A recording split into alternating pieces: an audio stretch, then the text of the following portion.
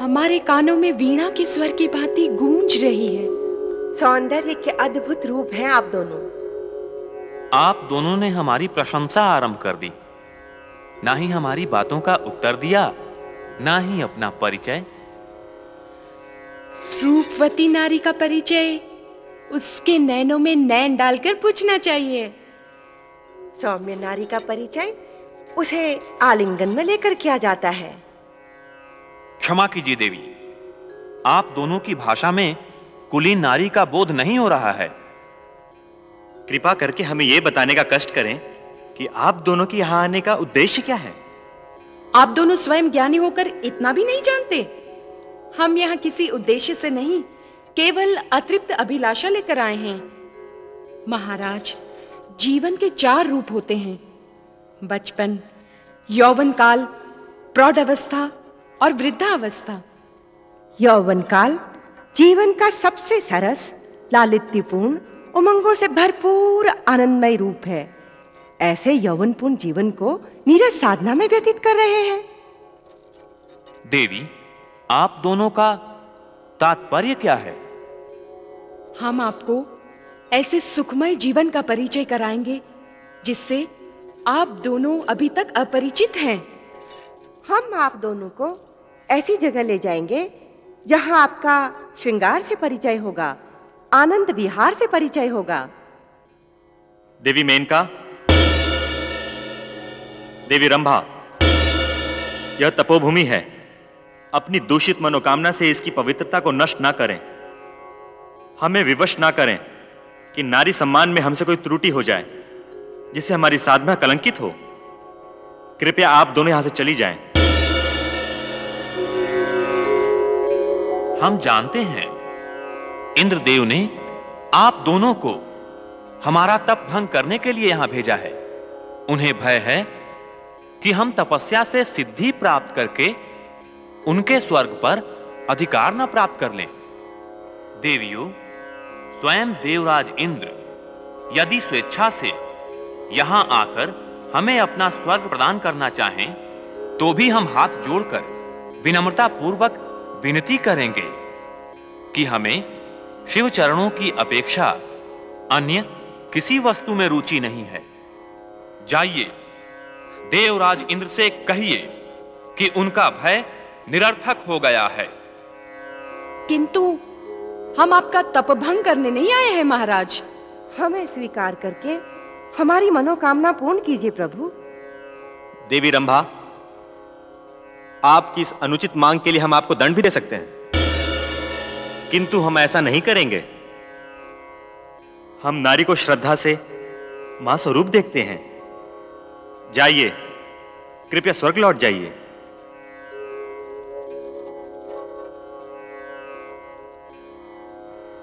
आप दोनों को भ्रम है कि कोई भी पुरुष आपके हाव भाव पर निछावर हो जाएगा।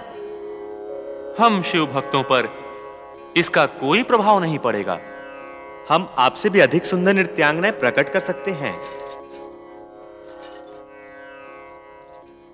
नर भैया, क्या आज्ञा है? सौंदर्य पिपासु इंद्रदेव को उपहार तो देना ही होगा।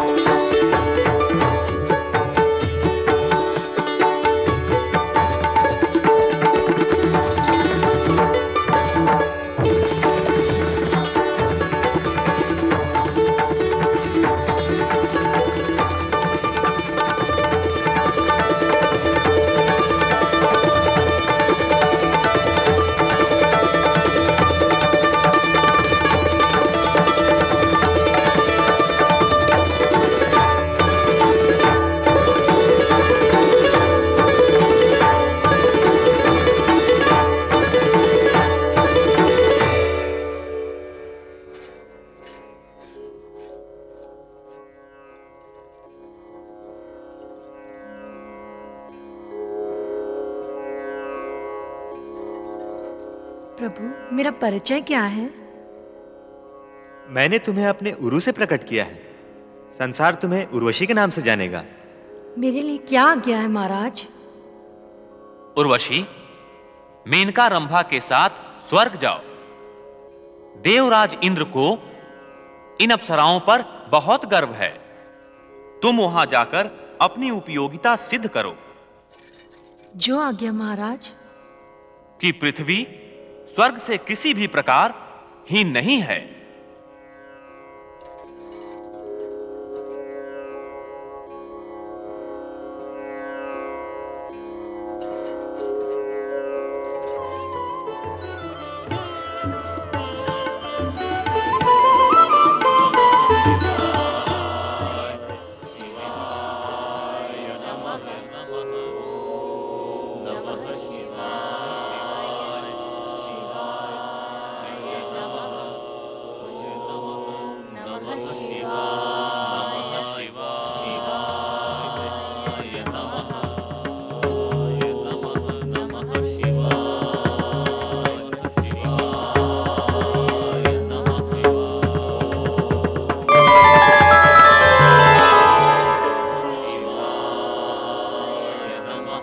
नर नारायण, मेरे प्रिय भक्तों, तुम्हारी साधना फलीभूत हुई। तुम दोनों की अटूट शिव भक्ति देखकर हम प्रसन्न हुए। आंखें खोलो नर नारायण, आंखें खोलो। प्रभु, दया निधान। भगवान भोलेनाथ हमारे आराध्य। उठो नर नारायण।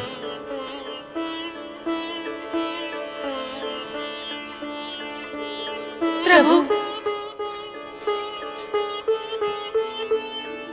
आपके दर्शन पाकर हम भी धन्य हो गए देवादिदेव। प्रभु, आपकी कृपा से हमारा जीवन कृतार्थ हुआ। नर नारायण, तुम्हारी गणना महान शिव भक्तों में होगी। कहो, तुम्हारी क्या मनोकामना है? जो चाहो वर मांग लो।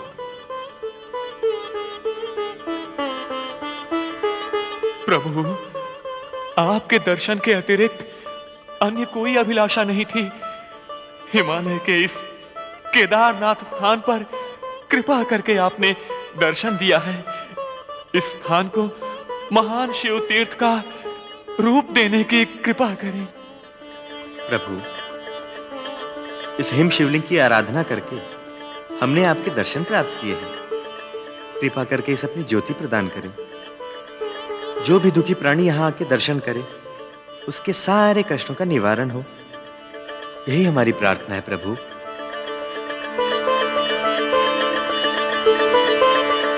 तथास्तु। नर नारायण, तुम्हारा अनुगमन करने वाली विभूति प्रभूति की शिव भक्ति भी तुम्हारी आराधना में सम्मिलित हो चुकी है। हम तुम सब की शिव भक्ति की कीर्ति अमर करने के लिए हिमालय के स्थान पर केदारनाथ ज्योतिर्लिंग के रूप में अनंत काल तक विराजमान रहेंगे।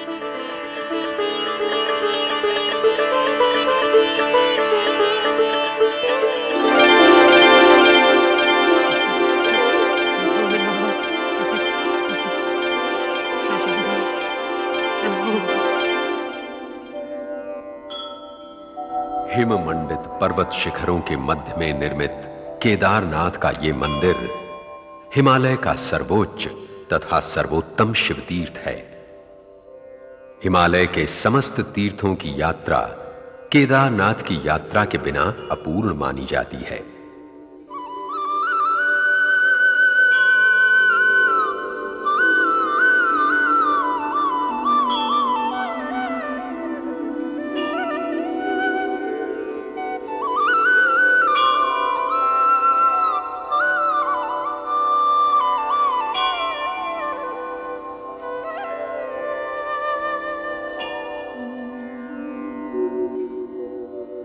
केदारनाथ के मार्ग में सर्वप्रथम गौरी कुंड पड़ता है।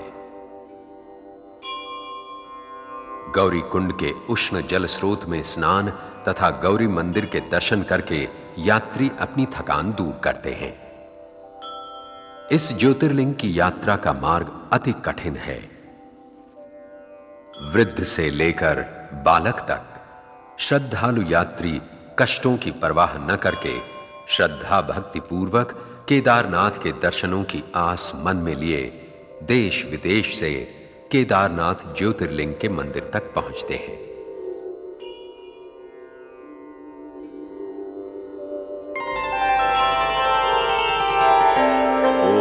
ओम नमः शिवाय। जय शिव शंकर। प्रणाम परमपिता। आयुष्मान भव नारद। परमपिता, जब भी मैं आपके दर्शन के लिए यहां आता हूं, आपको शिव भक्ति में ही लीन देखता हूं। वत्स नारद, सारा ब्रह्मांड सदाशिव से ही उत्पन्न हुआ है। हम सब उन्हीं के अंश हैं। सदाशिव ही हमारे आराध्य हैं। उनकी आराधना से बढ़कर उत्तम वस्तु इस संसार में और कोई नहीं है। सत्य है परमपिता।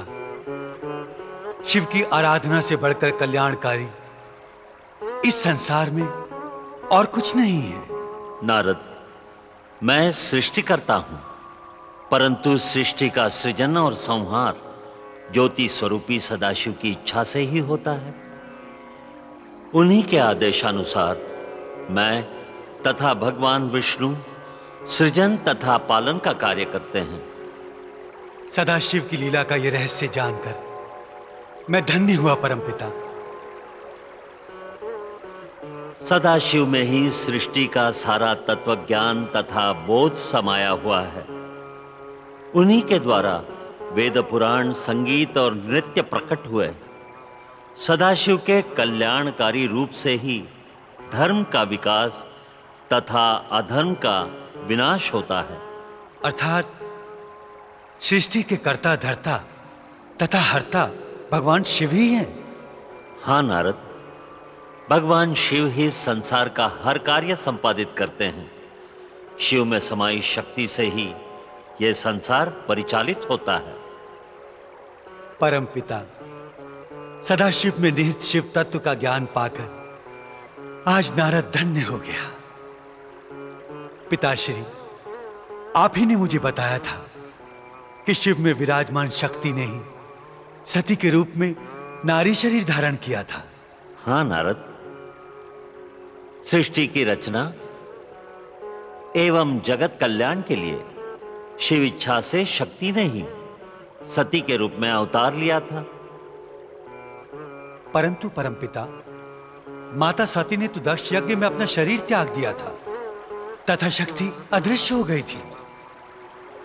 शक्ति शिव संगिनी है नारद।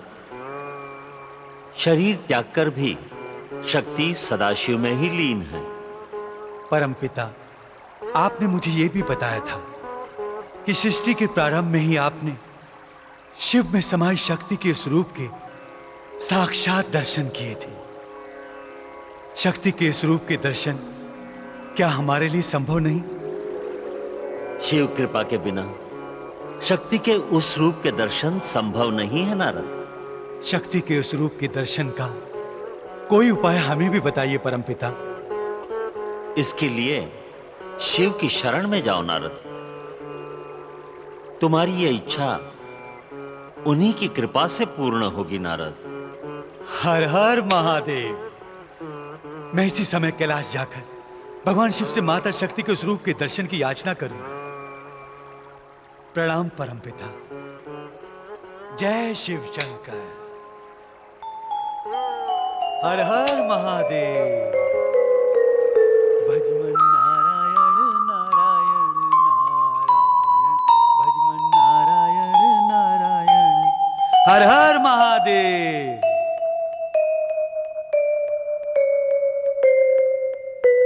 जय शिव शंकर। हर हर महादेव। जय शिव शंकर। हर हर महादेव। जय शिव शंकर। पधारिए देवर्षि। कैलाश पर आपका आगमन किसी प्रयोजन का संकेत देता है। आप तो अंतर्यामी हैं प्रभु। कैलाश पर आपके दर्शन पाकर मन आनंद विभोर हो जाता है, किंतु एक पल में ही माता सती के दर्शन ना पाकर मन व्याकुल हो जाता है। नारद, सती अवतार की लीलाएं समाप्त करके शक्ति अदृश्य हो गई। उनके दर्शनों की अभिलाषा कैसी? ये दास जानता है प्रभु। माता सती के शरीर त्याग के पश्चात आपने वैराग्य धारण कर लिया, किंतु मैं ये भी जानता हूं प्रभु कि शक्ति आपकी चिर सहचरी है। आपके बिना न शक्ति रह सकती है, न शक्ति के बिना आप। जब इस रहस्य को जानते हो नारद, तो हम में ही शक्ति क्यों नहीं ढूंढ लेते? उनके अलग दर्शनों की अभिलाषा क्यों है? परमपिता ब्रह्मदेव ने बताया था कि इस मनवंतर के प्रारंभ में सृष्टि उत्पत्ति से पहले आपने तथा माता शक्ति ने एक साथ उन्हें दर्शन दिए थे। शिव शक्ति एकत्व के उस अलौकिक रूप का दर्शन पाने के लिए मैं भी लालायित हूं प्रभु। अपने इस भक्त को भी वो रूप दिखाकर कृतार्थ कीजिए महादेव। नारद, तुम हमें अति प्रिय हो। तुम्हारी ये मंगल कामना अवश्य पूर्ण होगी।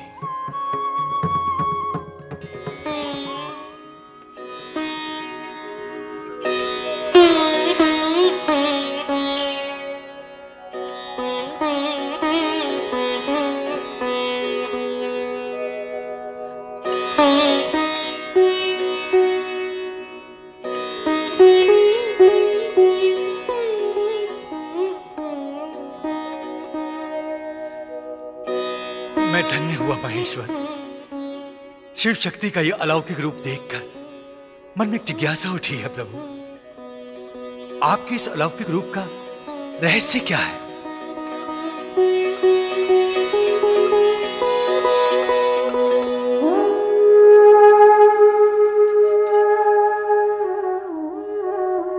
शिव तथा शक्ति दोनों ही एक दूसरे के बिना अपूर्ण है नारद। शिव में शक्ति सदा अदृश्य रूप में विराजमान है। जो इस रहस्य को जान लेता है सदा शिव शक्ति की कृपा का पात्र हो जाता है। मैं भ्रमित हो गया प्रभु।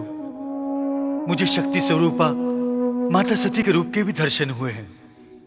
जगत कल्याण के लिए शिव को रौद्र रूप में एवं शक्ति को नारी रूप में लीलाएं करनी पड़ती है नारद। माते, संपूर्ण जगत की अभिलाषा पूर्ण करने के लिए आप नारी के रूप में पुनः कब अवतरित हो रही हैं? मेरा नारी रूप धारण करना शिव की इच्छा पर ही निर्भर है नारद। जब, जहां, जिस रूप में शिव की आज्ञा होगी, मैं अवश्य ही नारी रूप में जन्म लूंगी। जगतवासियों को इस अलौकिक रूप का दर्शन संभव नहीं है प्रभु। माता शक्ति के साकार रूप का दर्शन करने वाले भक्त कब तक इनके दर्शनों से वंचित रहेंगे? उनकी मनोकामना कैसे पूर्ण होगी प्रभु? शक्ति अदृश्य रहकर भी अपने उपासकों की हर मनोकामना पूर्ण करती है नारद। इनकी आराधना करने वाला सदा इनकी कृपा का पात्र होता है। यदि शिव शक्ति की अलग अलग आराधना करने वालों की मनोकामना पूर्ण होती है, तो क्या उनमें टकराव भी संभव है प्रभु? शक्ति का कोई भी कार्य शिव की आज्ञा के विरुद्ध नहीं होता नारद। जो अज्ञानवश टकराएंगे वे शिव शक्ति की कृपा के अधिकारी नहीं हो सकते। आपके वचन सुनकर मैं धन्य हुआ माते। शिव शक्ति के इस अलौकिक रूप के दर्शन पाकर नारद कृतार्थ हुआ। कृपया ये बताइए कि कैलाश कब तक सुना रहेगा? आप नारी के रूप में कब दर्शन देंगी माते?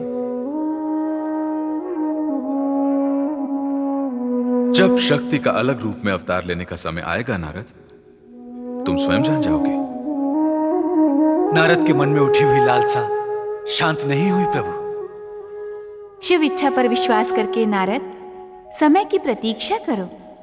समय आने पर तुम्हारी मनोकामना अवश्य पूर्ण होगी।